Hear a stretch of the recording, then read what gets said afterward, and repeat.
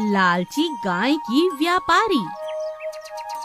कोमल के पास ढेर सारी गायें थी। वो उनकी देखभाल करती, उनका दूध निकालती, दही, घी बनाकर बाजार में बड़े अच्छे दामों पर बेच दिया करती थी।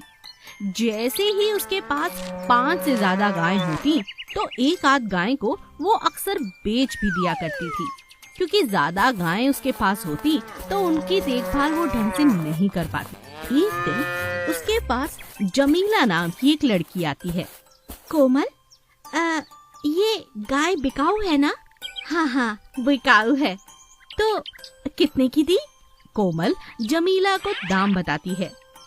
जमीला तुरंत पैसे निकालकर कोमल को दे देती है और गाय को अपने साथ ले जाती है। जाते जाते कोमल गाय को बहुत प्यार करती है और जमीला से कहती है, मैंने इसे बहुत प्यार से पाला है, तुम भी इसका ख्याल रखना। हाँ, ठीक है। जमीला बड़े उखड़े हुए अंदाज में चली जाती है। कोमल को कुछ अच्छा नहीं लगता तो वो उसे रोककर पूछती है, सुनो, क्या तुम इसी गांव में रहती हो? नहीं, मैं पड़ोस के गांव से आई हूँ। क्यों, कोई दिक्कत है क्या? नहीं, कभी कभी याद आएगी तो मैं अपनी गैया से मिलने आ सकती हूँ क्या? जमीला नाराज होकर जवाब देती है, अब ये तुम्हारी कहाँ रही, ये तो मेरी है। जमीला गुस्से में गाय को खींचती हुई ले जाती है। ये बात कोमल को जरा भी अच्छी नहीं लगी। वो 1-2 दिन बाद अपनी गाय की बहुत याद आने के बाद उसी पते पर जाकर जमीला को देखना शुरू करती है। वो ये जानना चाहती थी कि जमीला अच्छे तरीके से गाय की देखभाल कर भी रही है कि नहीं। लेकिन जैसे ही कोमल जमीला के आंगन में पहुंचती है, वो देखकर हैरान रह जाती है। हे भगवान, मेरी गैया इतनी गंदी, इतनी मैली हुई पड़ी है और 4 ही दिनों में इसका ये हाल। लगता है इसे अच्छे से कोई खाने को भी नहीं देता। मुझे इसे इतनी बेरहम औरत को नहीं बेचना चाहिए था। मैंने क्या किया? कोमल को अपनी गलती का बहुत एहसास होता है। वो अपने साथ पैसे लेकर आई थी। वो जमीला को दुगने दाम देकर अपनी गैया वापस लेने की बात कहती है। जमीला कहती है, 2 गुने दाम क्या, 10 गुना भी दोगी तब भी इसे नहीं बेचूंगी। और वैसे भी जब इसके बच्चे हो जाएंगे ना, लाखों की कीमत पे बेचूंगी। हाँ, मेरा भी अपना स्वार्थ है, तब कहीं जाकर के इससे मेरा फायदा होगा। हाँ। जमीला लालच में अंधी हो चुकी थी।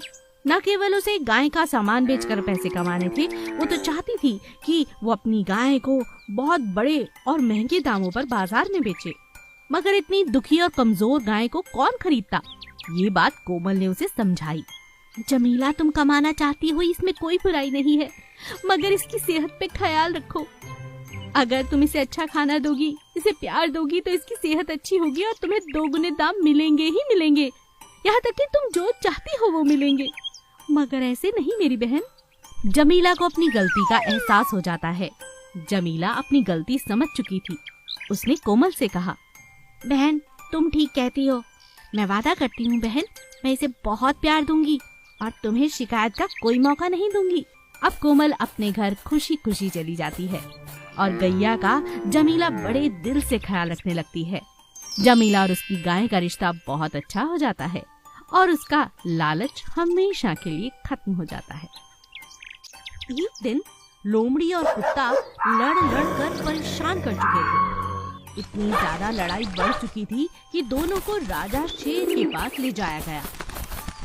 राजा शेर बहुत गुस्से में आ जाता है और लोमड़ी और कुत्ते से पूछता है, बात क्या है? इतना झगड़ा आखिर क्यों? क्या हुआ है लोमड़ी? लोमड़ी राजा से कहती है, महाराज, क्या बताऊं, ये जो कुत्ता है ना, ये हर रोज मेरे आम खा जाता है। मैं जगह जगह से बहुत सारे मीठे मीठे आम तोड़ कर लाती हूँ और ये मेरे सारे आम खा जाता है और कहता है कि इसने ऐसी चोरी नहीं की, बल्कि मैंने इसके आम चुराए हैं। नहीं महाराज, ये झूठ बोल रही है। मैंने इसका कोई आम नहीं चुराया, बल्कि इसने मेरे जमा किए हुए सारे आम खा लिए हैं, एक भी नहीं छोड़ा। मैंने इसे रंगे हाथों पकड़ा है महाराज, इसीलिए झगड़ा कर रहा हूँ। बहुत मेहनत लगती है आम ढूंढने में। ये तो लोमड़ी है, मैं तो कुत्ता हूँ। भला मुझे आम तोड़ने में भला सोचिए कितनी दिक्कत होती होगी ना। राजा शेर दोनों की बात सुनते हैं, लेकिन कौन सच कह रहा है ये सोचने में बहुत परेशान हो जाते हैं। तभी उनकी नजर कबूतर पर पड़ती है और वो कबूतर से कहते हैं, अरे बोलो कबूतर, तुम्हारे पास इस बात का कोई हल है? बहुत आसानी से महाराज, आप मेरे साथ जादुई पेड़ के पास चलिए। इन दोनों को वहीं लेकर चलते हैं। वहाँ पर दूध का दूध और पानी का पानी हो जाएगा। वहाँ पर जादुई आम लटके हुए हैं। इन दोनों में से जो भी सच कह रहा है वो तो बच जाएगा, लेकिन दूसरा जैसे ही आम को काटेगा सारे दांत टूट जाएंगे उसके। राजा शेर कुत्ता और लोमड़ी को लेकर जादुई पेड़ के पास जाते हैं। कुत्ता झूठ बोल रहा था, इसीलिए वो जादुई पेड़ देखते ही वहाँ से भाग जाता है। लोमड़ी राजा शेर से कहती है, महाराज देखा आपने, ये जादुई पेड़ की जरूरत ही नहीं, मैं काट कर अभी बताती हूँ। जादुई पेड़ का आम लेकर जैसे ही लोमड़ी काटती है, वो आम आराम से कट जाता है और उसके दांतों को कुछ नुकसान नहीं पहुँचता। इस बात से ये बात साबित हो जाती है कि कुत्ता ही इस बात का गुनहगार था और वो झूठ बोल रहा था। इसीलिए हमें कभी झूठ बोलकर दूसरों पर इल्जाम नहीं लगाना चाहिए। नकली सफेद भालू और रंगीन शेर का लुटेरों पर कहर। जंगल में अचानक कुछ लुटेरे आ जाते हैं जो कई सारे पेड़ काटने लगते हैं और अपने अपने घर ले जाना चाहते हैं। जंगल में मिलने वाली जड़ी बूटियों को भी ये लुटेरे लूट रहे थे। ये बात जब रंगीन शेर को पता चली तो वो बहुत गुस्से में आ जाता है और उन पर आक्रमण करने की सोच लेता है। तभी वहाँ बैठा कौवा राजा शेर से कहता है, महाराज, ये सारी बातें तो आपकी मुझे समझ में आ गई कि आप उनसे युद्ध करना चाहते हैं, मगर जरा ये तो सोचिए, आखिर वो हमसे डरेंगे क्यों? वो पहले ही जानते हैं कि आप यहाँ के राजा हैं। अगर उन्हें आपसे डर होता तो वो ये सब करते ही नहीं। आपको अपने साथ कोई देवीय शक्ति या कोई चालाक चीज लेकर जानी चाहिए, जिसे देखकर ही वो भाग जाए और आपके सर पर किसी को मारने का दोष भी ना लगे। महाराज, आप भूल रहे हैं, पंडित ने आपको कहा था कुछ समय के लिए आपको कोई मृत्यु नहीं करनी है। राजा शेर को पंडित की कही हुई बात भूल चुकी थी। राजा को अब कौवे ने याद दिला दिया था, इसीलिए वो कहता है, ये तो तुमने बहुत अच्छा किया जो मुझे ये बात याद दिला दी, मगर ऐसा क्या करूं जिससे सांप भी मर जाए और लाठी भी न टूटे? राजा शेर बहुत सोचता है। तब वो अपने दोस्त की उपहार में दी हुई एक सफेद रंग की खाल को लेकर बाहर आता है। गुफा से बाहर आकर राजा शेर भालू से कहता है, देखो भालू, ये सफेद रंग की खाल पहन लो, तुम भी मेरी तरह रंगीन हो। जब हम आक्रमण करने के लिए उन लुटेरों के पास पहुंचेंगे तो इस तरह का सफेद भालू देखकर वो जरूर कांप उठेंगे, क्योंकि इस तरह के भालू हमारे देश में होते ही नहीं हैं। पहली बार इस तरह का भालू देखकर उनकी हालत जरूर खराब होगी और वो बिना युद्ध किए ही भाग जाएंगे। जो आज्ञा महाराज। भालू राजा की बात मानकर वो सफेद खाल पहन लेता है। रंगीन शेर और सफेद भालू पूरी तैयारी के साथ युद्ध के लिए निकलते हैं। बस राजा शेर यही दुआ कर रहा था कि उसे किसी को मारने का मौका मिले और सब कुछ आराम से हो जाए। होता भी बिल्कुल वैसा ही है। लुटेरे जैसे ही भालू और राजा शेर को देखते हैं, राजा शेर सिर दहाड़ता है और भालू भागता हुआ लुटेरों के पास पहुंचता है। सारा सामान छोड़कर लुटेरे तुरंत भाग जाते हैं और वापस कभी लौट कर नहीं आते। तो इस तरह चतुराई के साथ सफेद भालू की मदद से रंगीन शेर कामयाब हो जाता है। इसी के साथ राजा शेर बहुत ज्यादा शुक्रिया कौवे का भी करता है और कहता है, कौवे, तुमने मेरी बहुत मदद की है। यूँ तो ये सारा प्लान मेरा था, मगर याद दिलाने की ये खूबी तो तुम में ही है, वरना मैं तो उन्हें कब का मार देता, क्योंकि गुस्से में जो था। इस तरह सारे जंगल में खुशियाँ छा जाती हैं और राजा शेर अपनी गुफा में आराम करने के लिए चला जाता है। अनोखे दोस्त। चंदन और राघव बहुत पक्के दोस्त थे। दोनों के पास कोई काम धंधा तो था नहीं।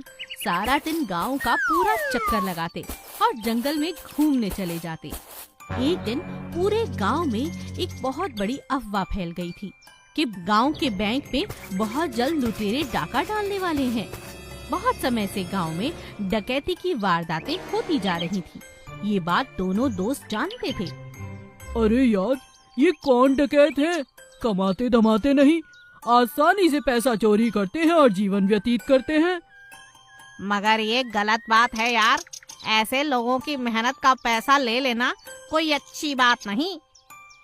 तो हमें जाकर इनकी तलाश करनी चाहिए। अगर मिल जाए तो पुलिस के हवाले कर देंगे।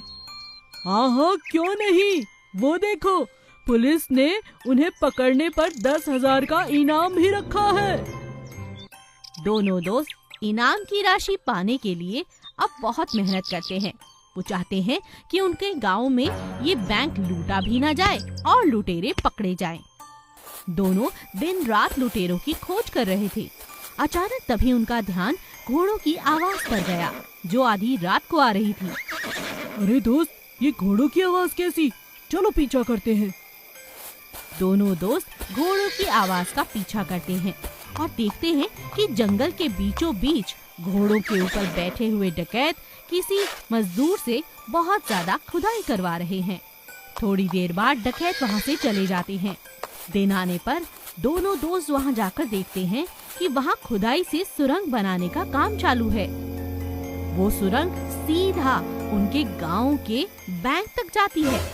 ये बात वो पुलिस को बताते हैं और पुलिस मौका पाते ही डकैतों को पकड़ लेती है।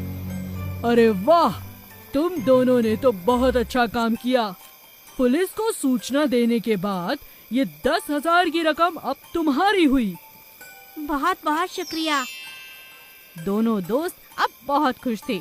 डकैत उनसे कहता है, हाँ, तुम दोनों की वजह से मेरा सारा प्लान खराब हो गया। मैं बाहर निकलकर तुम्हें छोड़ने वाला नहीं। अरे जाओ जाओ, लोगों को ठगने वाले, लोगों की मेहनत का पैसा लेने वाले, जाओ और जाकर जेल में चक्की पीसो, धमकी नहीं चलेगी।